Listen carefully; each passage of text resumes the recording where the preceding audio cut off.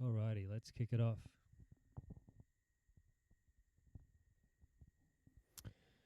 Okay, what is the Urbit? Bloody good question. Firstly, welcome everyone who's made it along tonight. That goes for our live audience and our live stream audience out there in internet land. Thanks for coming. This is some artwork that I spent a lot of time on. Just try and look past the Dreams Time watermarks there.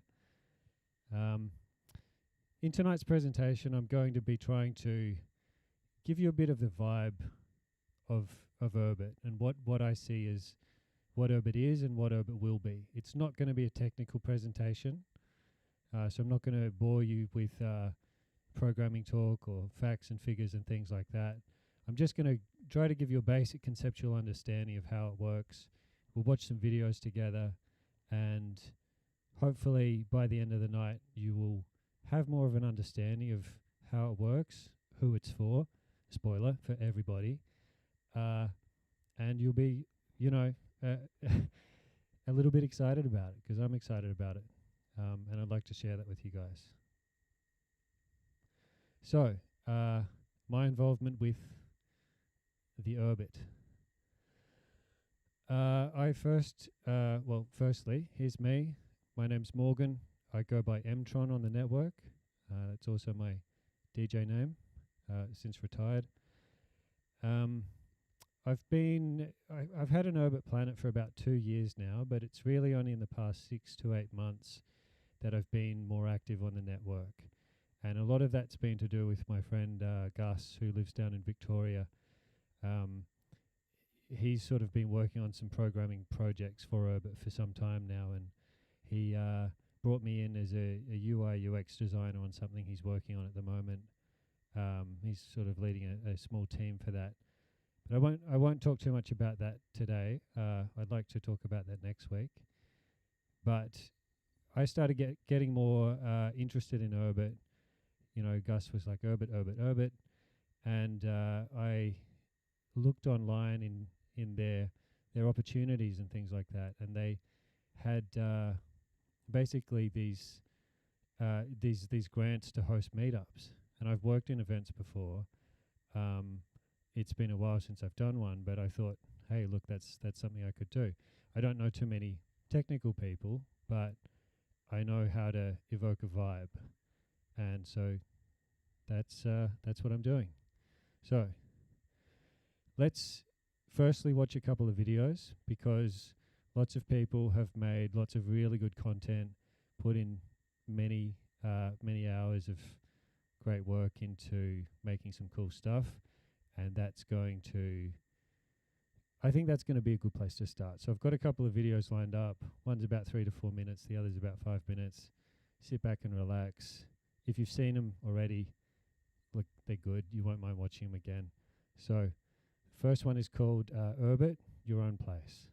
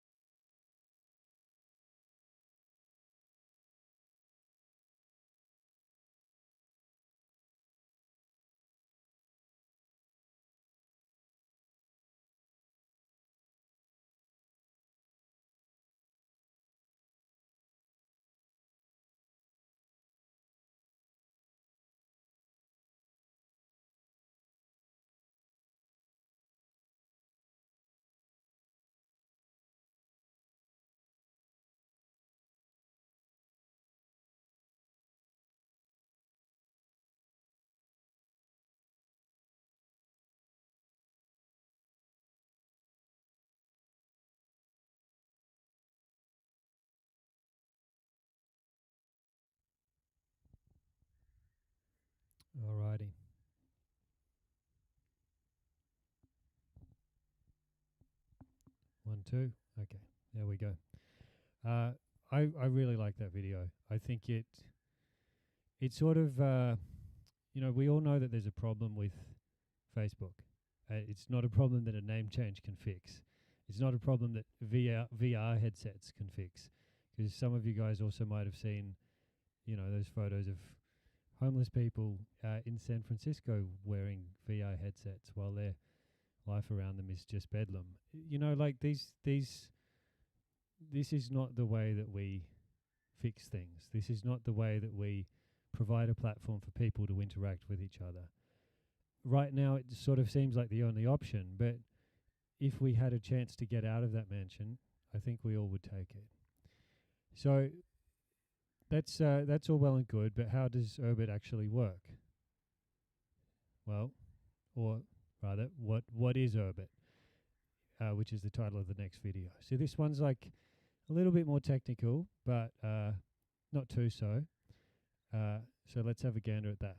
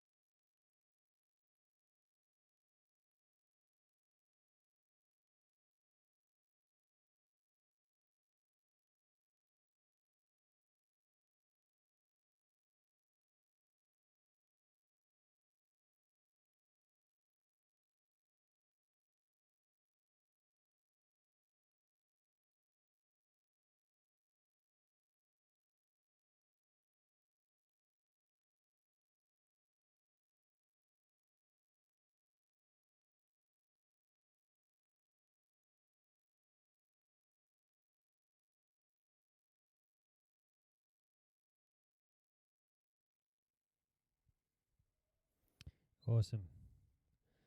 I hope you guys understand now. Let's have a look at some of the comments from this video, and let's see if other people have understood. I'm a professional web developer with a bachelor's in computing, and I don't understand what Urbit is after watching this video. Okay. Still don't get it, but thanks anyway. I'm a professional engineer for over 20 years, and I have no idea what I just watched. My small tomato brain, if you can call it that, cannot comprehend what I just observed. If this is all gibberish, I can't tell. Somehow I'm excited. I'm excited too, Danny B. Man. Gonna send this to friends April the 1st. Sounds interesting, but still no clue how to use it. Time to hit the tubes. And this is my personal favorite. Can we just get a normie explanation that isn't trying to sound like a haiku? Urbit is full of things that sound like a haiku, some of them in an alien language. So what I'm getting from this is that Urbit is really hard to understand, even when we try to explain it, even when we put all of these animations on it, even when we sort of really try to put the concepts in a way that people can visualize. There's still something that is difficult to click with people. And I think that's because really for sort of 20 years or more, we have abstracted computing. We've outsourced computing to other people, to Silicon Valley mainly. And so we do all of these things, but we don't think of ourselves as computing, as engaging in computing with each other. And so when something comes along and we have to look at this is how Urbit computes, it's not just Urbit that's unfamiliar, it's the whole concept of your social networking being a computing process. So that's an interesting thing to think about. Now, I want to talk a bit about the identity space, which is called Azimuth. If you Google Azimuth, this is what you'll get. I really can't tell you much more than what you see on the screen. But Azimuth, as was mentioned in the video, essentially gives the Urbit network a finite amount of address space. So this makes it essentially pretty impractical to spam people, to scam people. You probably won't see too many captures. Sorry, slight technical hitch, there we go. You probably won't see too many captures or things like that because there's a scarcity about the address space on Urbit that means your planet and the ship that you're using is quickly going to be attached to a reputation. And we've already seen this in action even as the network is just young. People who go around and sort of spam groups and spam self-promotion links and things like that will quickly get a bad reputation and just, sorry guys, just having a tech issue with the mouse cursor here.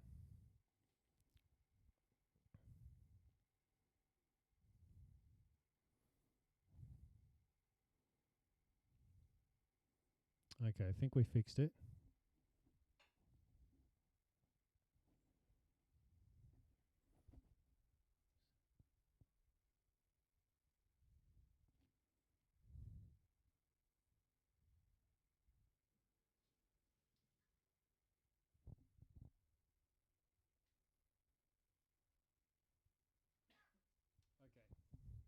So this is where all Urbit ships live on Azimuth.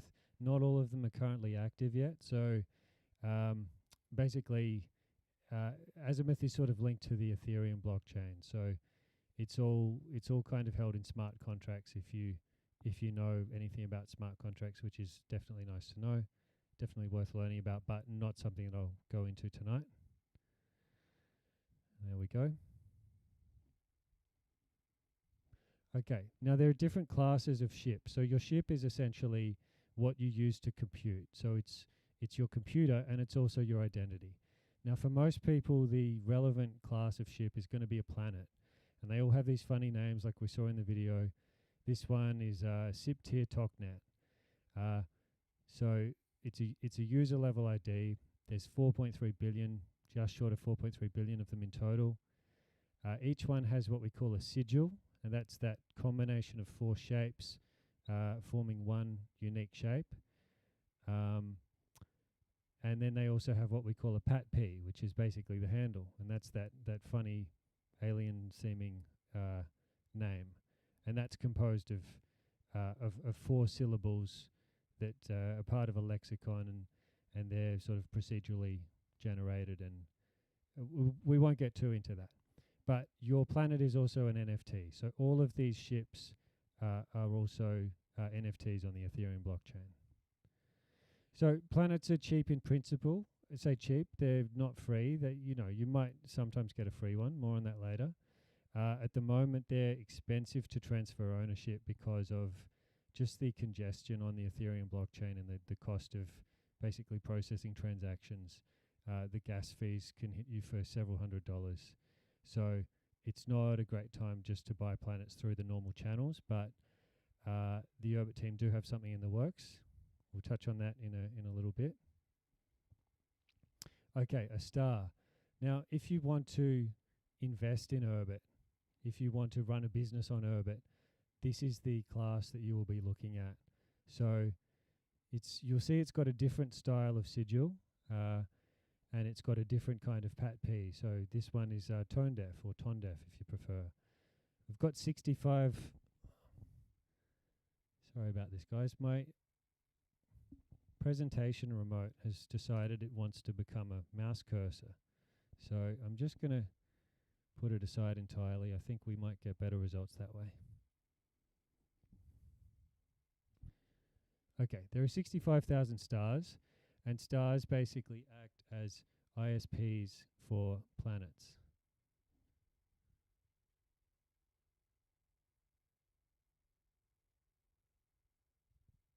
Okay. Each star can spawn 65,000 planets. There we go. That's better. And so stars are like people wanting to invest in Urbit or people building software engineering projects and things like that. They will sort of exchange stars or get paid in stars or hold on to stars.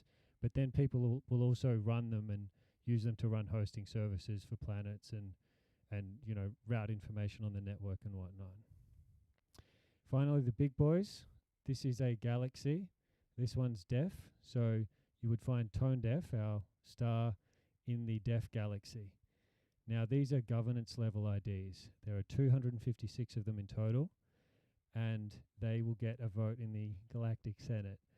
The governance of Urbit is not, it's sort of still, there's not so much sort of attention on the governance layer at the moment. It's more like getting things sort of working, getting apps built and whatnot is sort of the current priority. But, if you have like a spare $500,000 lying around and you want to invest in a galaxy, I can point you a few places to go. But for most people, galaxies will be essentially the people voting on network protocols and things like that down the track. Okay, Comet. Now, if you don't have a planet right now and you want to get on Urbit and you want to basically test drive it, then a Comet is going to be your best option. And Comets don't have a sigil. You can see it's got a very long pat P, and so it would have like an enormous. You could do a sigil of that, but I'm not going to, and Urbit doesn't, and so I just drew one.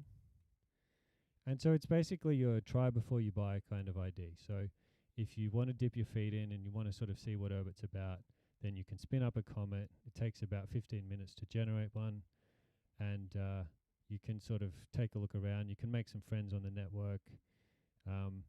We're never going to run out of Comets, so don't worry about that. And you can keep using it. So we've got guys in our Australia group who've been on Comets for, sort of 6 months or so. And, the obvious things like remembering your password and not sort of deleting your peer and things like that. But they're definitely usable. And they are a good option until the layer 2 solution drops, which I'll speak a bit more in a moment. A somewhat plebeian, because Comets, you can sort of spam with Comets in that they don't have that that scarcity, that they don't have that value of scarcity that the planets and all of the other identity layers do. So there are some groups on the network that won't let in comets. But, you know, at this stage of Urbit, a comet is a really good place to just get started and have a look around and see how things work. Okay, gas prices. Not going to dwell on this one for too long. As I mentioned earlier, the identity layer of Urbit is linked to the Ethereum blockchain. To get anything done on that blockchain right now, it costs megabucks. So the Urbit team, rather the Talon team, Talon's the company that has built Urbit, have been working on a technical solution for this, which will involve essentially a lot of those transactions getting bundled into one big transaction that goes through a few times a day. So what it'll mean for you as a user is you might need to wait a little bit more time to buy a planet from when you sort of, you know, click the button, but it's going to cost you a negligible amount and possibly nothing. It might also be a fee that Talon themselves cover. So that's great news if you want to get a planet. And November the 30th is, I believe, that I've heard that that's dropping, but that could be subject to change. So don't quote me on that. Okay, quick crash course in what's wrong with the current model, which we call client-server computing. So we've got 4 friends. Susan there appears to be computing on a printer, you know, but that's okay. And they all want to talk to each other. And the way that the internet works right now is they have to do that through an intermediary. And so the clients are basically communicating with each other like they're little rows on a table that's all stored in that big server. And of course, that's not just a big sort of beige box tower PC from the 90s. That's an enormous warehouse, a Google warehouse or Facebook warehouse. Yeah, so, you know, it's okay, but we probably could do better. I'm not going to get into the reasons on why you shouldn't trust Facebook and Google. I think we can skip that one tonight. So peer-to-peer computing basically does away with that intermediary. We're not going to talk too much about peer-to-peer computing itself tonight because it's not going to be a technical talk, but I just wanted to introduce it. So you see that the server is gone and we've just got peers communicating with each other on a network.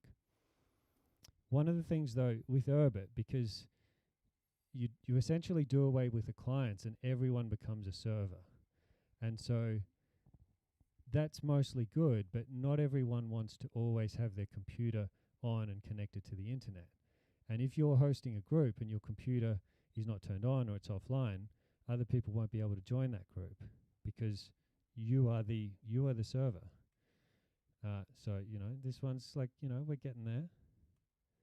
So Urbit computing, essentially, we've got this, again, just very sort of simple terms, peer-to-peer style model, but we also have the option of having your Urbit hosted on a third-party server. And so people who don't want to leave their computer on and always connected to the internet to have their ship running, if they're hosting a group or whatnot, can use one of these third parties. But the beauty of this system is that they can just, if they don't like the service, they can download their ship, they can take it to a different hosting provider, they can run it on their own computer, they can, you know, get their friend who they trust and who's always online to run it if they want to go traveling for a year. It's essentially just that portability, that mobility that you can opt out. You can't do that with Facebook, you can't do that with Google, you can't grow your own, you can't just host your Facebook account on your home computer. And there's no way that that's ever going to happen. So, you know, pretty exciting stuff.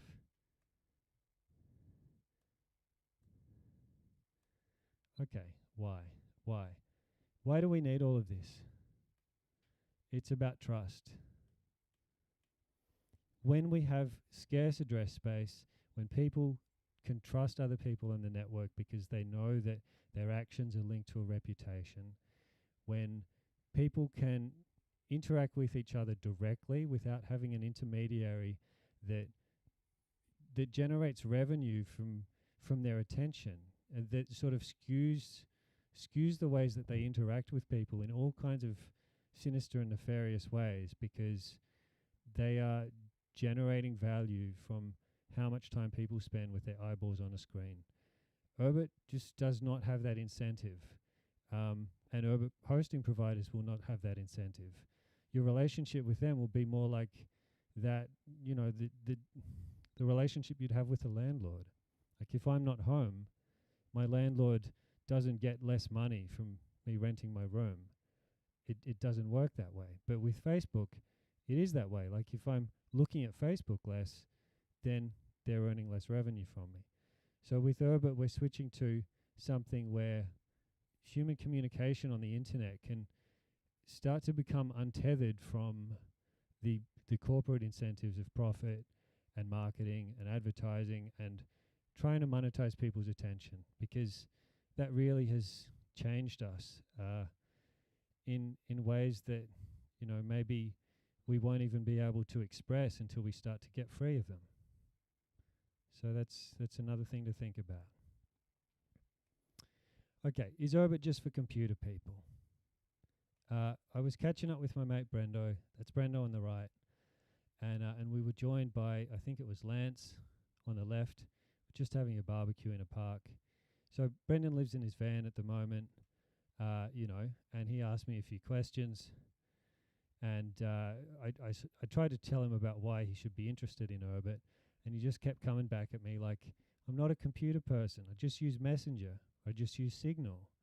I don't even have a computer. And then Lance also had something to add. Honestly, great guy, Lance. So this is the problem that I've been running into, not just with Brendan and Lance. A lot of my friends, a lot of my family, just about all the people I talk to Urbit to are not what they're not what they would call computer people. They don't consider themselves that way. But Urbit is for everyone, and that goes back to Urbit's founder. We don't generally talk about him because he's a bit of a he who must not be named. But Mr. Yarvin at our Lambda conference in 2016 said, I can't really say to my mother, hey, you should go out and get an AWS box and put your data on that, an apt-get install, something. That's just never basically going to fly. And so for non-technical people, there's no way that they can ever set up a server. There's no way that they can do what Urbit is trying to do on the existing internet. And so that is part of the reason that Urbit was built, in that it can be something that your mum could use, even if it's not quite there yet. So Urbit is for everyone, eventually. There are some things that we need to work on. We need better onboarding experiences. When you're in the interface, we could work on more tool tips and tutorials to guide you. New users coming onto the network, we could essentially sort of keep in touch with them and do some more UI UX research on them. Local support networks, regular meetups, better documentation. That actually doesn't really belong in there, but that's part of what I'm trying to do here. Just get a bit of an IRL aspect to Urbit, so that it's not all just happening in cyberspace. Because I've found that with a lot of non-computer people, just sitting down on a computer in the same room can and sort of pointing to things on the screen. Like, I do a bit of volunteering with older people, helping them use computers and whatnot. And that for them is often a really good way to learn. Sorry, we've just had some pizzas arriving. So it looks like that's under control.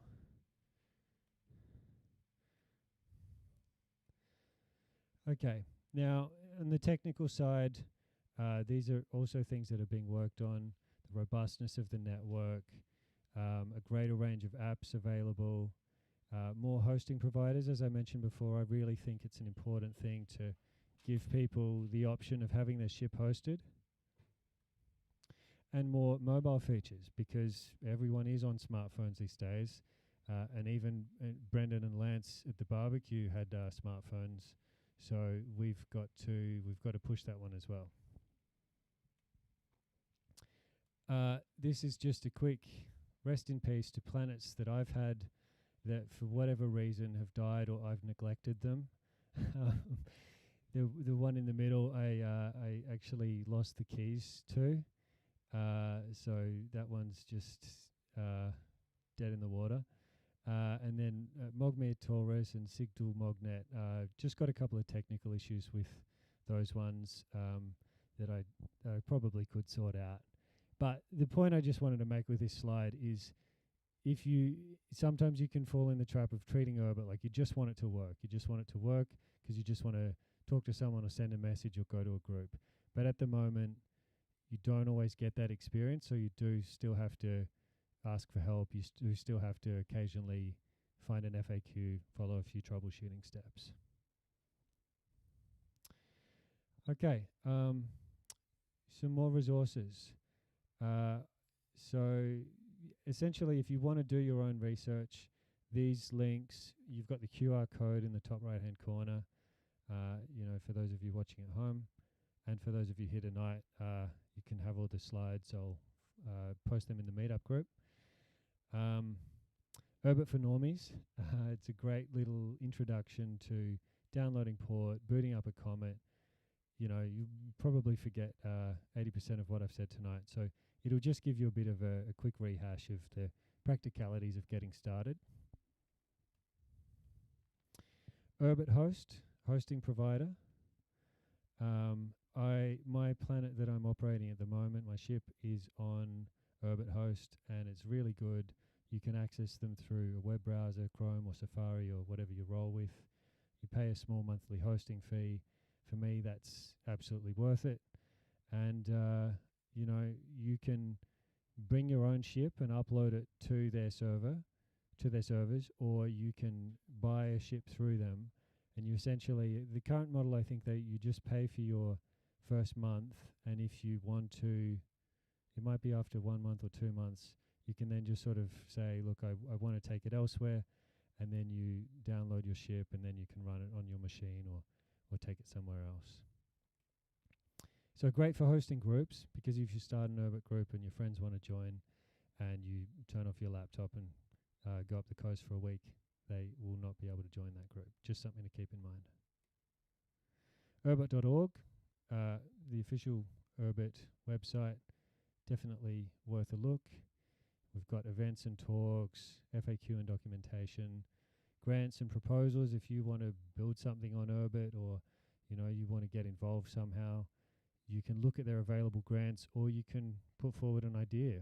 And I would really look into that, because I'm sort of starting a career in tech right now, and the outside Urbit world is incredibly competitive. It's exciting, but it's very competitive, and it also feels quite played out in some ways. Urbit is just this sort of frontier. There's a lot to be built. There's a lot of excitement there. It's a little wild sometimes, but yeah, if you're looking for a career change, or even just to try something new, highly recommend that. And newsletter and updates and things like that. You will find them all at urbit.org. Urbit.me, Urbit.me. This is actually a really cool place if you want to learn more about the sigils and the names and all of this sort of strangeness. How did that come about? If you want to sort of get yourself like a kind of bespoke planet or something like that, that's also the place that you would do that. And you can browse some of the rare sigils there as well, some of which can actually fetch a pretty penny on OpenSea and other NFT markets. Urbit.live, you're sensing a theme here with the domains. Yeah, this is your one-stop planet shop. I wouldn't recommend it right now, just with the cost of Ethereum transactions. Wait till layer 2 and then have a look. You can also sort of see some sales stats and things like that. So you've got some cool stuff to check out there. I have to give Urbitly a spruik. This is my own project that right now is just there's nothing on there. There's just a smiley face and a logo. But I want to really sort of devote a lot of time to this next year.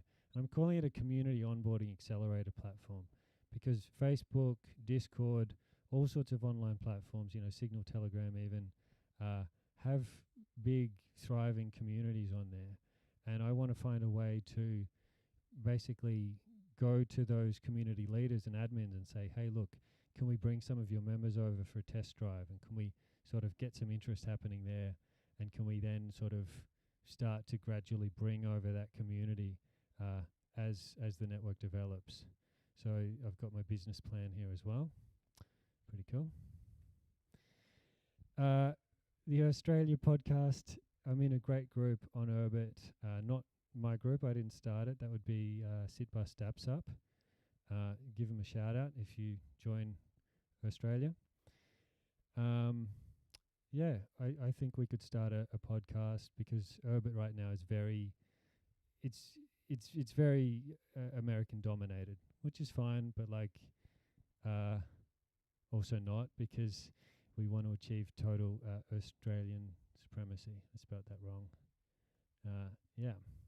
So podcast is something we're looking into starting. And I think that's about it. So 2021 has been a big year for Urbit. They've had a big conference in October. There's been a lot of excitement around it. 2022 is, I believe, going to be an even bigger year.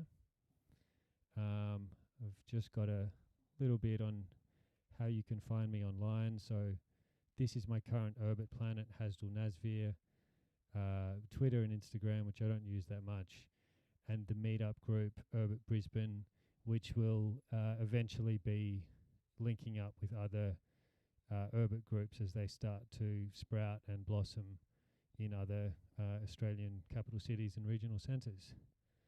There's already some meetups planned for Wollongong, I believe.